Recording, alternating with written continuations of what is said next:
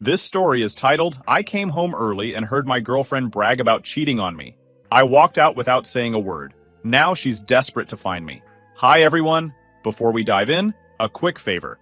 If you enjoy content like this, please hit the subscribe button. It's free, supports the channel, and make sure you never miss out on amazing videos. Alright, let's get started. Hey Reddit. So, this has been a crazy few weeks, and I honestly don't know what to do with myself. Thought I'd share the story because maybe putting it out there will help me process.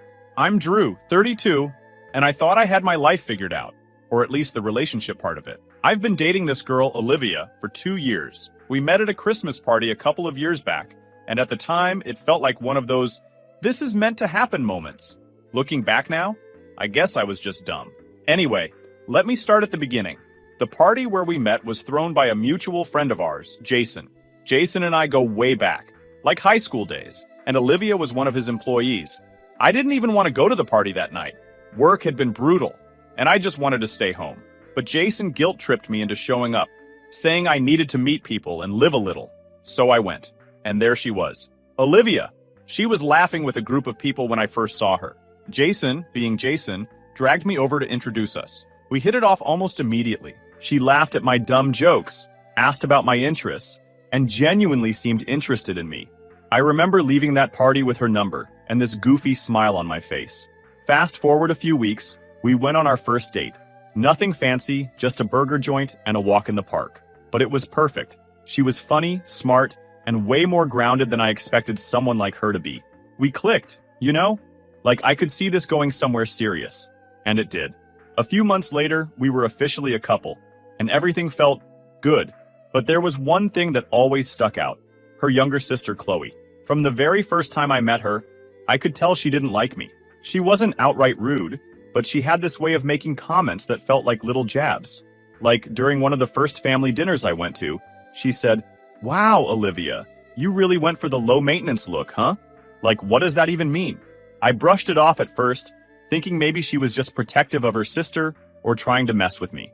But it didn't stop. Chloe would always find ways to undermine me. If I mentioned something I was passionate about, she'd roll her eyes or make a sarcastic comment. Like, one time I was talking about a hike, Olivia, and I went on, and Chloe was like, "Wow, how thrilling. I'm sure you guys had a wild time looking at trees." She'd also do this thing where she'd bring up Olivia's exes, like, "Oh, remember when you and Mark went to Cancun? That sounded like such a fun trip." It felt like she was constantly trying to remind me that Olivia could do better, or that I didn't measure up. I brought it up to Olivia a few times, asking why Chloe seemed to have it out for me. She'd just laugh it off and say, "That's just Chloe. She's like that with everyone." But it didn't feel like that. I mean, she was perfectly nice to everyone else, just not me. I started dreading any time we had to hang out with her, but for Olivia's sake, I sucked it up. Despite Chloe's attitude, my relationship with Olivia kept moving forward. We moved in together after about a year, splitting rent in a small house just outside of the city. Life felt stable, like we were building something real. I wasn't one of those guys who needed to rush into marriage or anything, but after 2 years, I started thinking about proposing. Olivia was my person, or at least I thought she was. This year, Jason was hosting another Christmas party, and it felt like the perfect opportunity to pop the question. It was where we met, and Jason had always been a big part of our story. I talked to Olivia's parents about it a few weeks ago, asking for their blessing, and they were over the moon. I spent weeks planning it. I picked out the ring, rehearsed what I was going to say, and even coordinated with Jason to make sure the moment would be perfect. I imagined Olivia's face when I got down on one knee in front of all our friends, how happy she'd be, how we'd laugh about the journey that got us there. I was so sure I was doing the right thing. But life has a way of kicking you in the teeth when you least expect it. All those plans, all that excitement. It was like building a house on quicksand. I didn't know it at the time, but the foundation of our relationship wasn't what I thought it was. And the cracks were about to show in the worst way. About a month ago, the guys and I planned a weekend fishing trip up to this spot we love near the lake. It's quiet, kind of off the grid, and it's always been our go-to place to just unwind and catch up. We pack up a couple of coolers, grab some gear, and just hang out. I'd been looking forward to it for weeks. Life had been a grind, and I needed the break. Olivia wasn't thrilled about me being gone for a whole weekend, but I told her it was important to me, and she seemed to get it. Or at least, she pretended to. So, I was driving out that Saturday morning. I had my truck loaded up. Tent, cooler, food, everything I thought I'd need. I was already an hour out when it hit me. I'd left my tackle box sitting in the garage. Now, I know it doesn't sound like a big deal, but that tackle box was brand new. Olivia had given it to me as a gift, and I'd spent a fortune on new lures, hooks, the works. I couldn't just fish without it. Plus, I knew the guys would give me endless crap if I showed up empty-handed. So I sighed, turned the truck around, and started heading back home. I wasn't too happy about losing time, but I figured I'd grab the box and get back on the road in no time. Olivia had mentioned she'd be out shopping with Chloe that day, so I wasn't expecting anyone to be home. Honestly, I was kind of relieved about that. I didn't want to deal with the whole, "why are you back so soon" conversation. Olivia wasn't the type to hold back her opinions, and if she thought something was dumb, she'd let you know. I figured it was better to just be in and out without any awkwardness. By the time I pulled into the driveway, it was around 3 p.m. Olivia's car was parked there, which caught me off guard. My first thought was that maybe she'd gotten back early, or their shopping trip had been cut short. I didn't think much of it. Sometimes plans change, right? I parked the truck and headed inside, already focused on grabbing the tackle box and hitting the road again. When I walked through the door, the house felt oddly still. You know when something just feels off? The air felt heavier, like the kind of quiet that isn't really quiet. I could hear faint voices coming from the living room, so I figured Olivia and Chloe were just hanging out. It wasn't unusual for Chloe to be over. She didn't live too far, and Olivia liked having her around. I usually just kept my distance when Chloe was over. It was easier that way. As I made my way through the house, I realized their voices were louder than I thought. They weren't just chatting, they were laughing. Not the friendly, light-hearted kind of laughing either. It was that mean, gossipy kind of laugh. I stopped in my tracks, halfway down the hall. I didn't mean to eavesdrop, but the way they were talking, something about it made me freeze. I couldn't help but listen. Chloe's voice carried first. "You're seriously telling me he didn't notice? Not even a little?" She sounded almost impressed, but in that snarky, mocking way she always had. Olivia's laugh followed, softer but full of amusement. "Of course not. Drew doesn't notice anything unless it's right in front of him. He's so focused on his little hobbies, he has no idea what's going on." My chest tightened. I didn't know what they were talking about, but the way they said my name, it felt wrong, like I was the punchline of some joke I didn't understand. Chloe wasn't done. "I still don't get how you put up with him. He's like the most boring guy I've ever met. Always talking about fishing or hiking or whatever. God, Olivia, you could do so much better." "He's so safe," Olivia said. Her tone wasn't loving or affectionate. It sounded almost dismissive. "Safe?" Chloe replied. "Come on, you deserve more than boring. Scott is way better." My heart started racing. "Scott? Who's Scott?" I thought. Olivia's laugh cut through me. "I know. I didn't plan for it to happen, but Scott, he's just different. And in bed? Oh my God, it's insane. Drew doesn't even come close," Chloe continued. "Then what are you waiting for? Just break it off with Drew already. Scott is clearly the better choice." Olivia sighed. "I can't. Not yet. And I know he's planning something big for Christmas. I don't want to ruin it. Yet. I wanted to smash something. Yell. Do anything to release the anger boiling inside me. But instead, I just took a deep breath and left the house. As I closed the front door behind me, I heard Olivia call out, "Drew? Is that you?" I didn't answer. I got in my car and drove away. She called me a few minutes later, but I ignored it. By the time I got back on the road, she had sent me a string of messages. "Where are you? I thought I heard the door. Are you okay? Please call me." I didn't go back to the fishing trip. I couldn't. Instead, I drove aimlessly for hours, trying to figure out what the hell had just happened. It was like everything I thought I knew about Olivia, about our relationship, was suddenly up in the air, and I didn't know what to do with that. Eventually, I pulled into a motel parking lot and checked in for the night. It wasn't much, but it gave me a place to sit and think, without the weight of the house or Olivia's presence looming over me. I turned my phone off, ignoring the flood of messages and missed calls that had started coming in. I couldn't deal with her right now. I didn't want to hear her excuses or explanations. What could she possibly say to justify what I'd overheard? I spent the entire night at that motel, staring at the ceiling and playing the conversation I overheard in my head, like some twisted highlight reel. Every laugh, every word felt like a dagger. The way Olivia talked about me with Chloe wasn't just disrespectful, it was cruel. And the mention of Scott? That hit differently. Knowing there was a name, a face to attach to her betrayal, made it even worse. It wasn't just some abstract mistake I could brush off. She had been making choices, deliberate ones, to lie to me, laugh behind my back, and plan for her exit while I was planning our future. Looking back, though, there were signs. Subtle ones. But I chose to ignore them back then.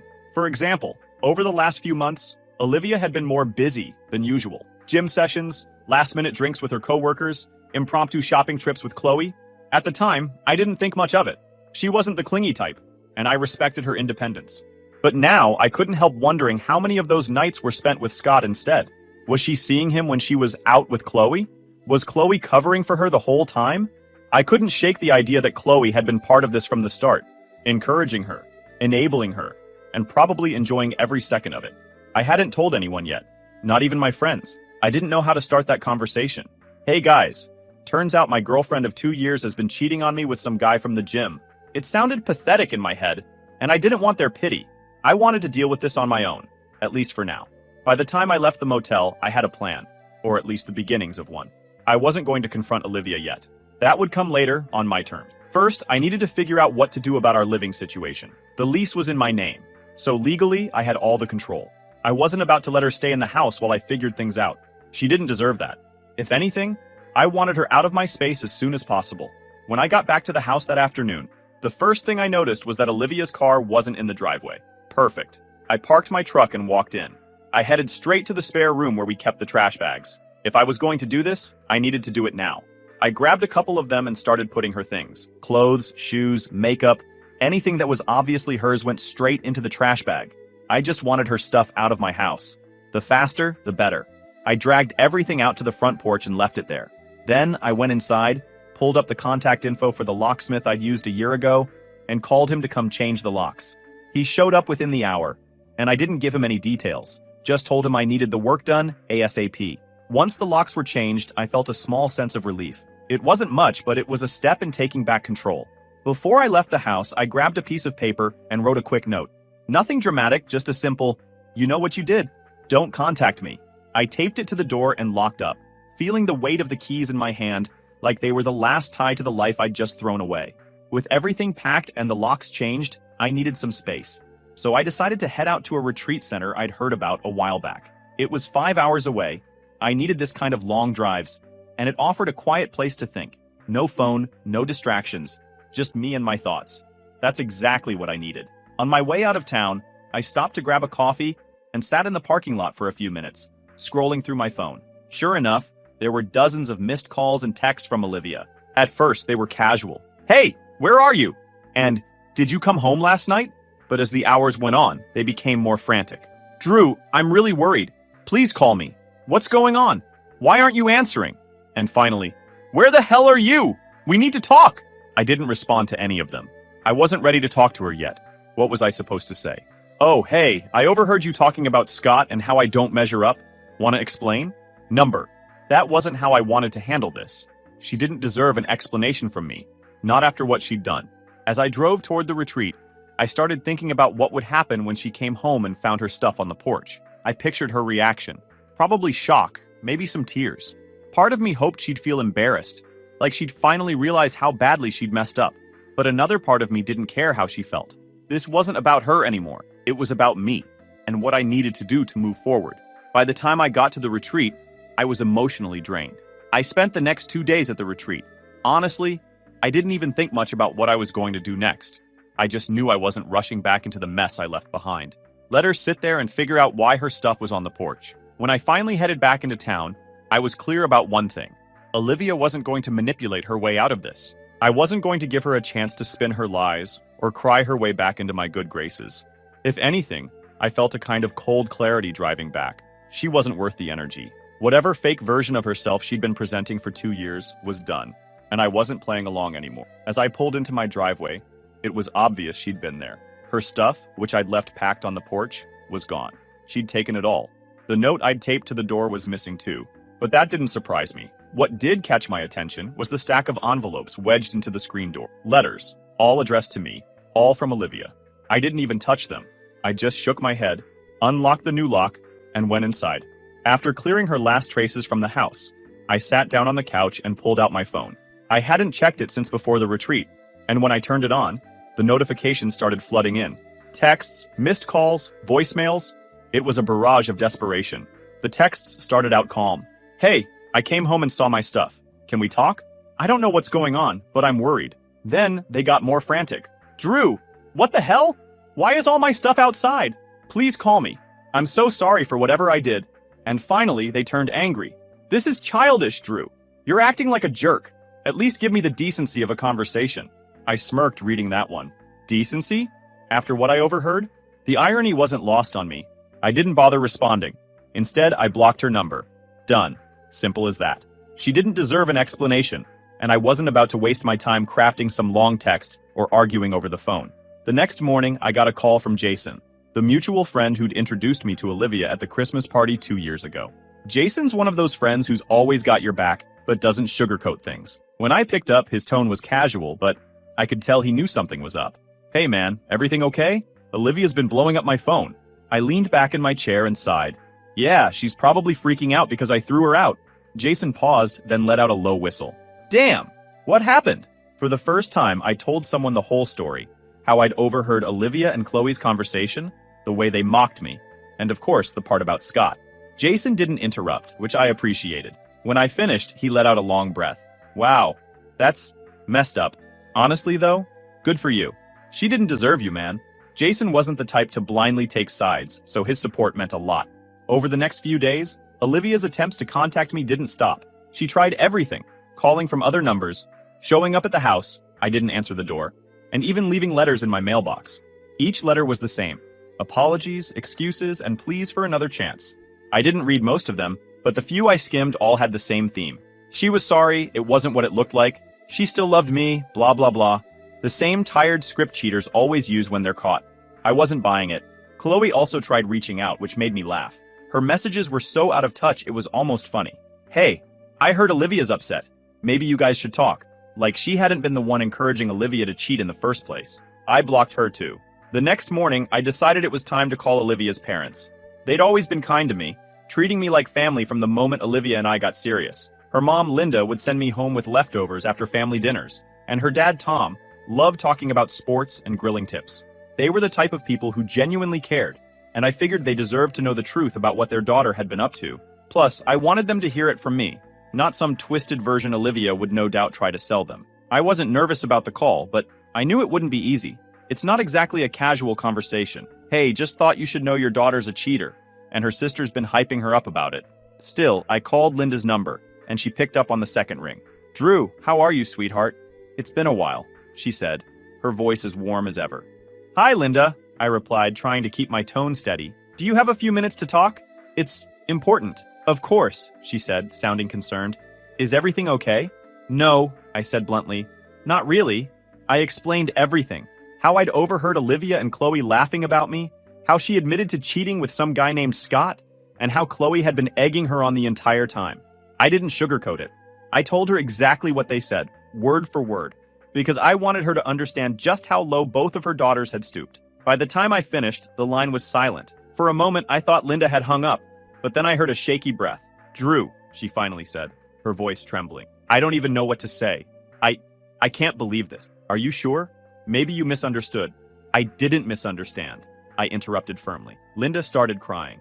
I felt a little bad, but at the same time, I wasn't going to soften the truth for her. Her daughters had done this, not me. After a few moments, I heard Tom's voice in the background, asking what was wrong. Tom, Linda said, her voice breaking. It's about Olivia and Chloe. There was some muffled noise as Tom took the phone. Drew, what's going on?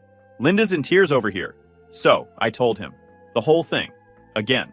By the time I finished, he was silent, just like Linda had been. Then, after what felt like forever, he let out a long, heavy sigh. I'm sorry, Drew, he said, his voice low and serious. You didn't deserve that. None of it. I can't believe they'd... God, I don't even have words. It's not your fault, I said, and I meant it. But I thought you should know. I know how much you both care about your daughters, but I can't stay quiet about this. I'm done being disrespected. You're absolutely right, Tom said, his voice sharp now. They crossed a line, and they need to face the consequences. I don't care if they're my daughters. What they did is disgusting. Linda, still crying in the background, chimed in. Drew, I'm so sorry. You've always been so good to Olivia, to our family. I can't believe she would throw that away. And Chloe, how could she encourage something like this? I don't even recognize them anymore. We talked for a while longer. They asked if I was okay, how I was handling everything, and if there was anything they could do to help. I told them I was fine, better than they probably expected, and that I was moving on, no matter how hard Olivia begged. Tom promised me they'd handle things on their end, and made it clear they wouldn't tolerate that kind of behavior in their family. Before we hung up, Tom said something that stuck with me. Drew, you've always been like a son to us. What Olivia did doesn't change that. You're welcome in our lives anytime, but as far as I'm concerned, she's out. Both of them are. I can't have people like that in my life, even if they're family. I wasn't sure how Olivia's parents would react, but I didn't think they'd cut ties with both of their daughters.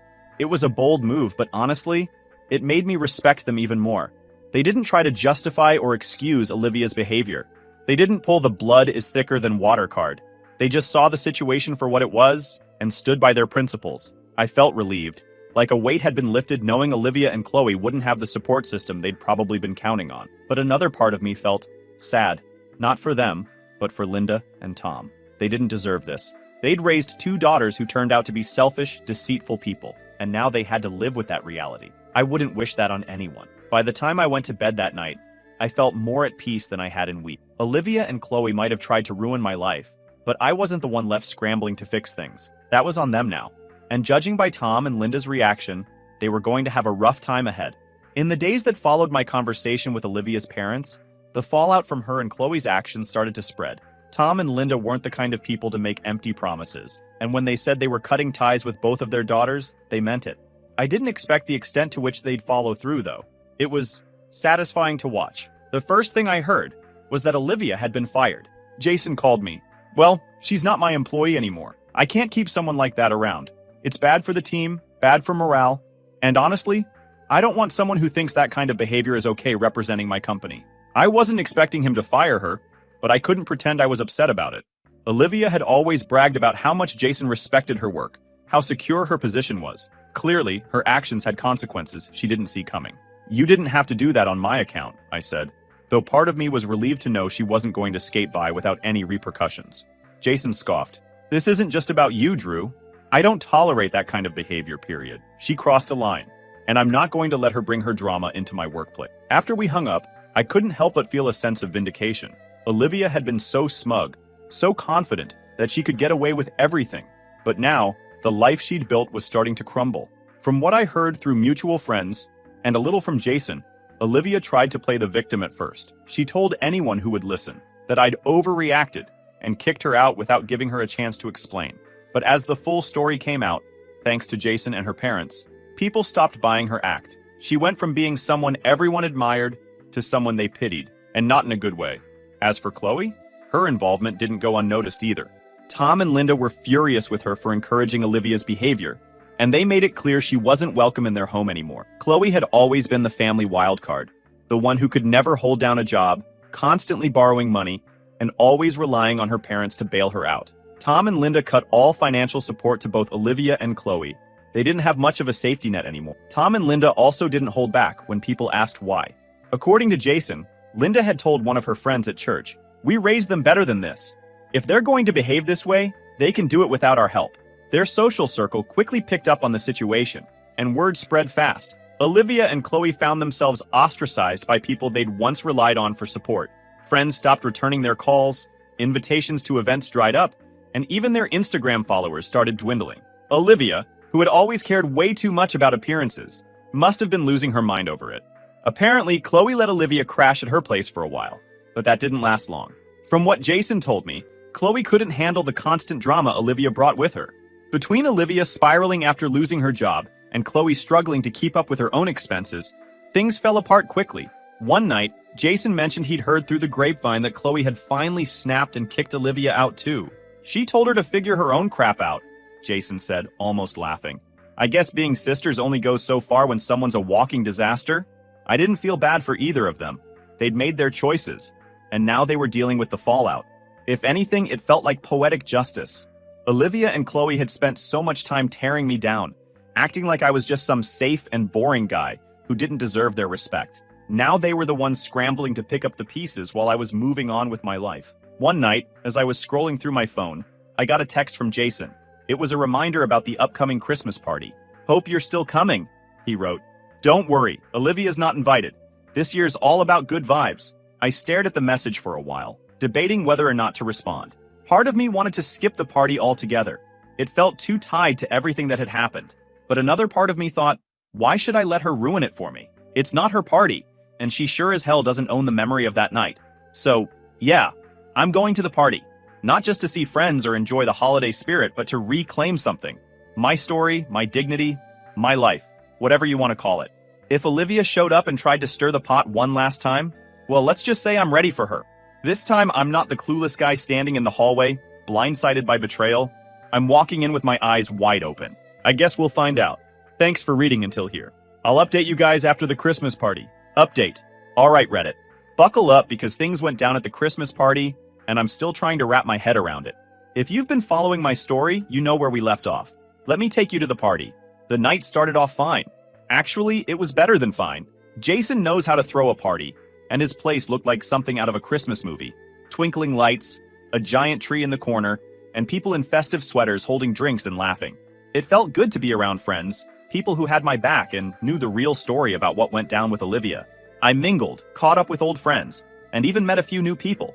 I felt like myself again. No baggage, no drama, just Drew. But then, of course, the drama walked in.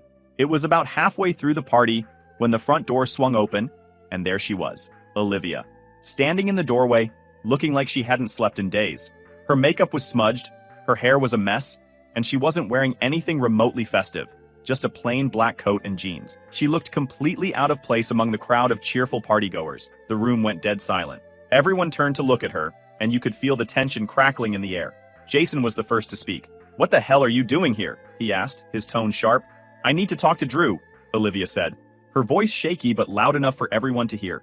"Please, just for a minute." Jason stepped forward, blocking her path. "You weren't invited, Olivia. You need to leave." She ignored him, her eyes darting around the room until they landed on me. "Drew," she said, her voice breaking, "please, I just need to talk to you. Just 5 minutes. That's all I'm asking." Now here's the thing. Old me? The guy I was a month ago? He probably would have folded. He would have given her those 5 minutes because he wanted to believe the best in people, even when they didn't deserve it. But new me? The guy standing there with a room full of supportive friends and zero patience for her nonsense? Yeah, that guy wasn't about to play along. I crossed my arms and stared at her. "Talk about what, Olivia?" I said, loud enough for everyone to hear. "You've already said everything I needed to know? You just didn't think I was listening." Her face crumpled, and for a second, I thought she might actually turn around and leave. But no. She took a shaky step forward and started pleading, her voice cracking with every word. "Drew, I made a mistake. A huge mistake. I was stupid, and I didn't realize what I had until I lost it. Please, just give me a chance to explain." Jason cut in again, his voice firm. "Olivia, I'm serious. You need to go. This isn't the place for this." She spun around to face him, tears streaming down her face now. "Jason, please. I just need 5 minutes with him. Just 5 minutes and I'll leave." Jason looked like he was about to lose it, but I raised a hand to stop him. "It's fine," I said. "Let her say what she needs to say." You could hear a pin drop as I walked toward her. Everyone was watching, waiting to see what would happen. Olivia wiped at her face, trying to compose herself as I stopped a few feet away from her. "Go ahead," I said. "Say whatever it is you think will fix this." She took a deep breath, her whole body shaking. "Drew, I was an idiot. I let Chloe get in my head, and I made mistakes I can't take back. But I swear it didn't mean anything. Scott didn't mean anything. None of it did. You're the one I love, Drew. You've always been the one." I stared at her, unblinking. "You love me?" I asked, my voice calm but cutting. "Is that what you were thinking when you called me boring? When you laughed about how clueless I was? Or how about when you said Scott was insane in bed and I didn't even come close? Was that love, Olivia?" She flinched like I'd slapped her. "I didn't mean any of that," she whispered. "I was stupid, Drew. I was trying to impress Chloe and I—" "Stop," I said, cutting her off. "Don't blame Chloe for your choices. She might have encouraged you, but you're the one who made those decisions. You're the one who lied, cheated, and then laughed about it." Her tears were falling freely now, and she dropped her voice so only I could hear. "I'm begging you, Drew. I don't have anyone else. Chloe kicked me out. My parents won't talk to me. You're all I have left." I stepped back, letting her words hang in the air for a moment before I replied. "And whose fault is that, Olivia? Because it sure as hell isn't mine." At that point, Jason had had enough. He stepped forward, gesturing to one of his friends near the door. "Time to go," he said firmly. Two of Jason's friends gently but firmly escorted Olivia out, ignoring her weak protests and pleas. The door shut behind her, and just like that, the tension in the room evaporated. Someone cranked up the music, and people started talking again, but the energy had definitely shifted. Jason walked over to me, clapping a hand on my shoulder. "You good?" he asked. I nodded. Yeah, I said, feeling strangely calm. I'm good. And you know what? I really was. Watching Olivia crash and burn like that didn't hurt. If anything, it felt like closure. I'd spent 2 years of my life with someone who didn't deserve me, but now I was finally free. So, that's the story. I don't know what Olivia's doing now, and honestly, I don't care. She made her choices, and now she's dealing with the consequences. As for me, I'm moving forward. I've got good friends, a supportive community, and a life that's finally my own again. That's all I need.